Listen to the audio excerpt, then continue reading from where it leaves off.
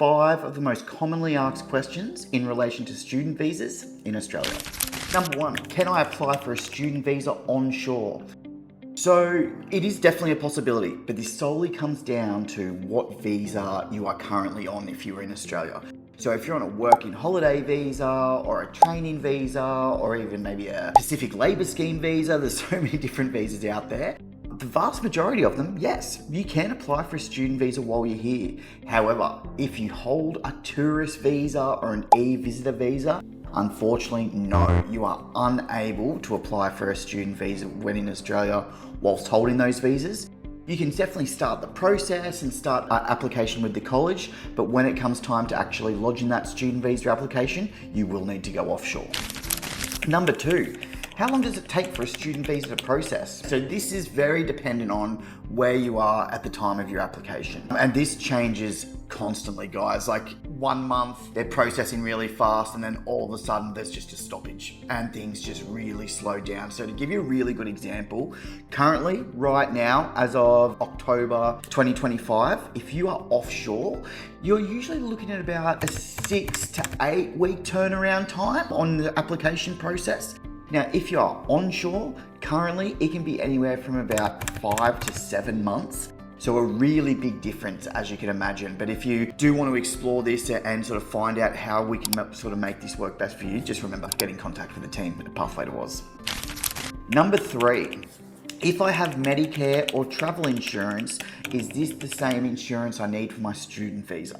No. So even though you may qualify for Medicare, or you may have got travel insurance for coming to Australia on your working holiday visa or something like that, this is not going to qualify for the insurance needed for the student visa application. You need a special type of health insurance, which is called overseas student healthcare cover.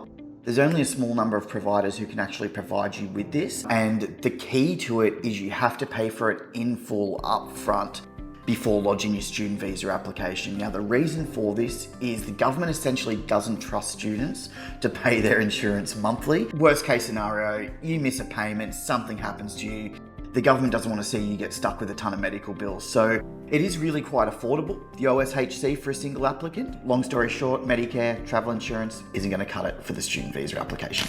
Number 4, can I add my partner to my student visa? Adding your partner is definitely a possibility.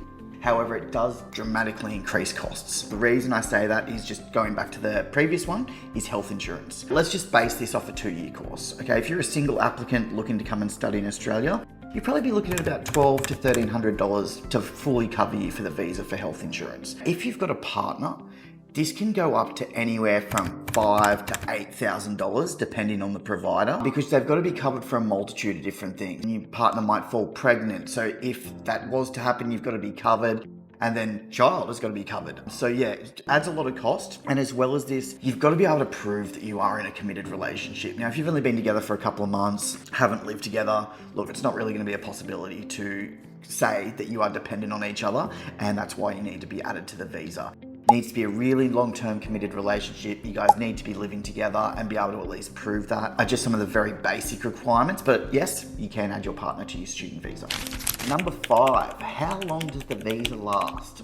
People get a bit confused by this because they might have a working holiday visa that only lasts a year, and then they need to renew it or do farm work or whatever they need to do to sort of get an extension on that visa. However, the student visa will go for as long as your study is planned. So if you're doing a 4-year bachelor, if you're doing a 6-month English course, your visa is going to go for about 7 months. 4-year bachelor, your visa is going to go for 4 years. So whatever your study plan is, the visa will go for that duration. So you don't have to worry about doing visa renewals and all that sort of stuff every year. Okay guys, I hope that helps. And if you are exploring your different study options to come out to Australia or want to dive deeper into the student visa, please never hesitate to contact the team at Pathway to Oz.